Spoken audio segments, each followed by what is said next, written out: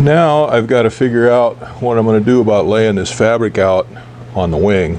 Two rules that I've got to think about or worry about are that the fabric has to overlap, the seams have to overlap at least 2 inches on the leading edge, and all other seams have to overlap at least 1 inch.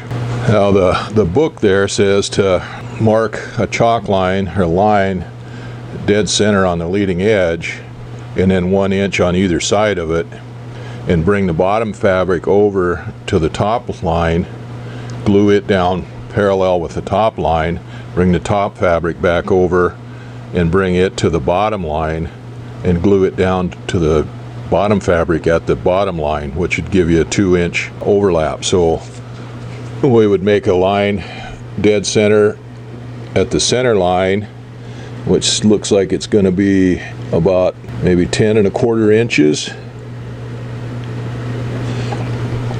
and then come back 9 1/4 inches and make a line there, and go down 11 1/4 inches and make a line there. Do that on both ends, and then snap chalk lines on both of these. And then on the trailing edge, it just has to overlap 1 inch. But we got a little bit of a problem with this wing because you've got that concave surface on the false bars back there, which makes it a lot more difficult to get the glue to hold down, because it's got to go around the corner and then back under and concave. So I'm intending to make a little longer seam back there, and I'm thinking what I'm going to do is make the top seam come down to about where the flap hinges, the bottom of the flap hinges, and then the bottom seam go over the top of that and up to maybe the middle of the false bar or something like that. So I want a little bit longer seam back there than maybe what they recommend because of that concave surface there. Now on the front, we could go right down the center line of the wing, but one of the things that's suggested is that you want your seam so that it's out of the line of sight as much as possible. So if you're looking at a low wing airplane or something that's down low below your direct line of sight, or down on the lower side of your line of sight, you want the seam to disappear, so you would put it underneath. So if it was a low wing airplane or a horizontal stabilizer or something like that that was down below your direct line of sight, you'd want the seam underneath it. But if it's above your line of sight, then you'd want the seam above that, so we'd want it above the leading edge here a little ways. Now this wing is going to be way above our line of sight. When it's sitting on the ramp on the dock, the wing is way up, the leading edge of the wing is way up high. I just barely reach it standing straight up. But if we're down on the water and it's tied up against the dock, then the leading edge of the wing is just about eye height or so.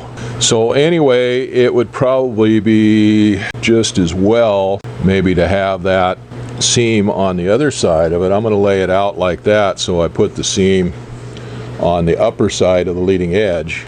So the book says you put the lower fabric on first and then overlap the lower fabric with the upper fabric. But I'm thinking I'm going to put the upper fabric on first and then overlap the seam with the lower fabric. Then that way the relative wind over the wing is going to be going back and holding that fabric down against the wing. It's going to hold the lower fabric and push it down against the upper fabric and maybe help hold it down against the wing. At least that's the theory. So if I run this down and put my center line at, say, 11 inches, well, let's see here. Let's try at 11 inches. That would mean 10 inches for my lower line here, 11 inches, and then 12 inches for my upper line. So what I will do, I'll mark these with an arrow so I can differentiate between the ones that I've put on there. So I've got 10, 11, and 12. I'll go down to the other end of the wing and make reciprocal lines down here.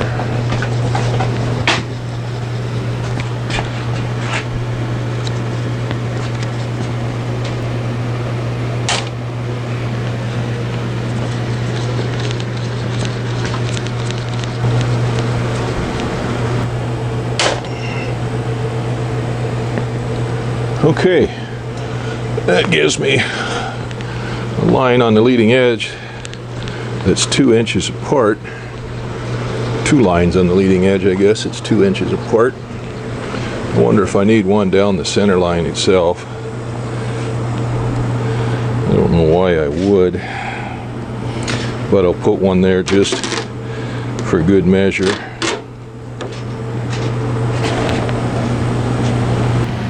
Now this side's not as important to get a square line or straight line on it because it's not going to be seen. It's going to be covered up by the aileron and the flap.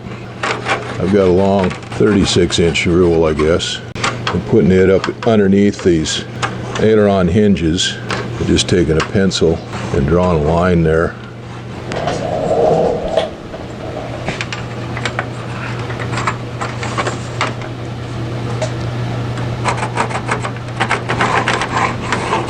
I want to mark my top fabric on and glue it down to that line, and then I need to go down at least 1 inch for the next one. So how far is that? I'll get my flexible tape that I just had my wife get me, so I didn't have to go steal hers out of her sewing basket. All right, that's 10 1/4 inches. So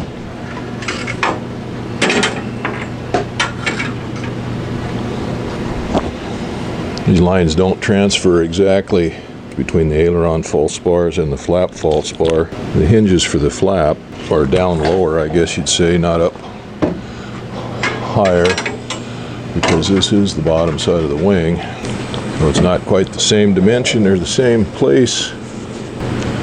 And this would be a heck of a lot easier to lay this fabric, or to glue this fabric on for the upper side while the wing is upside down like this on this rear spar, the false spar. My son will be over this evening, and what I'll do, have him help me turn the wing over so the upper side is up. I'll lay the fabric on it. Too bad I don't have aluminum magnets. I could hold it down with aluminum magnets here to the leading edge and the trailing edge, and then flip it back over and then glue that trailing edge down, which is what the book, not the book, but the video says to do. And I think that's the best way to do that. And we'll probably wind up having to, well, I will have to wind up flipping it back over onto the top to glue the leading edge down. All right, here's the roll of fabric. See, it's 72 inches, 6 feet. Well, there we go, we'll get in the camera. It's 72 inches, 6 feet.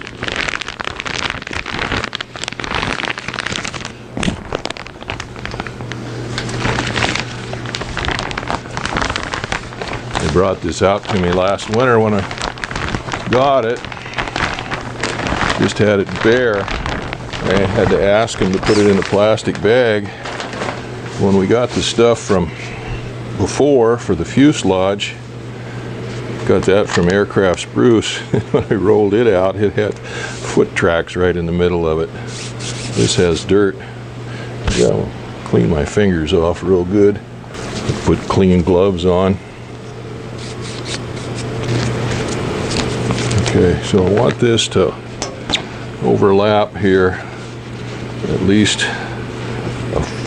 well, plenty of room over here, because you got to be able to pull this down to stretch that around the wingtip.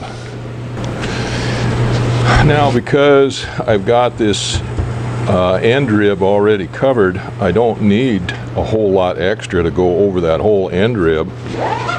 Well, in fact, if this is going to be the top, I really don't need any extra. Anyway, all I need is enough to make a nice seam here on this end by this fuel tank. Well, I'll make sure I got enough extra hanging down over on this end here, because we will need extra on the wingtip here. Gotta make sure I got plenty of extra there. Now I'm kind of parsimonious about this stuff because I can't just run down to the local fabric supply store and buy. Whoop, I don't want it to drop on the floor. Buy some if I need some more of them. Of course, that's why one of the reasons I save all that stuff is to use for patches and this, that, and the other thing. But at the same time, I want to have plenty of it here. Well, anyway, this should be good.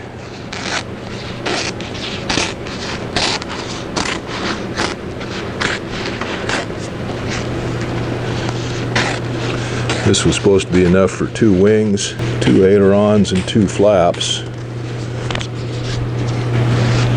Now put this back in the plastic bag and put it back out of the way so it stays clean.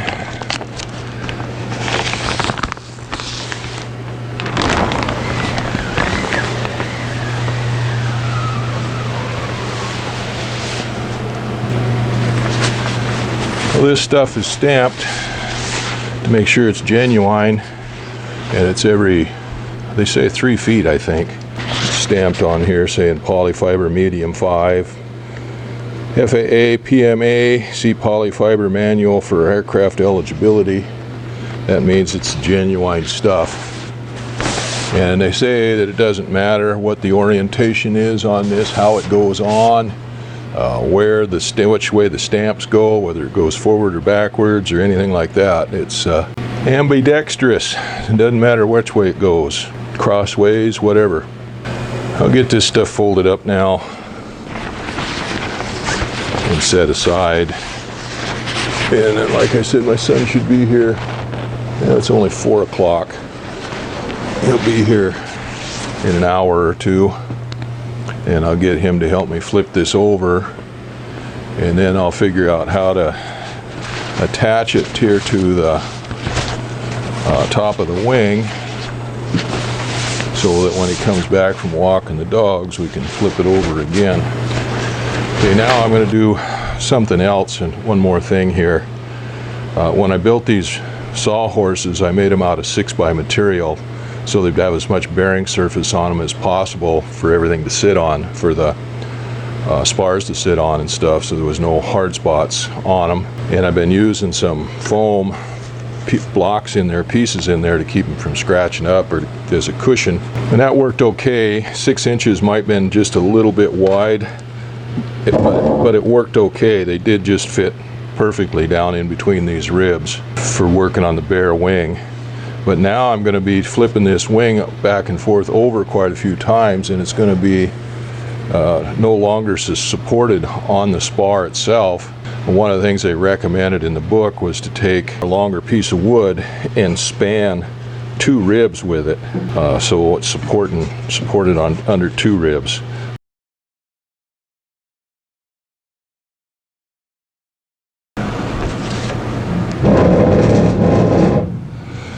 I think that's it for now. So I'll try to catch Carl when he comes out here to walk the dogs, and we'll flip that wing over, and then I'll get that fabric laid out.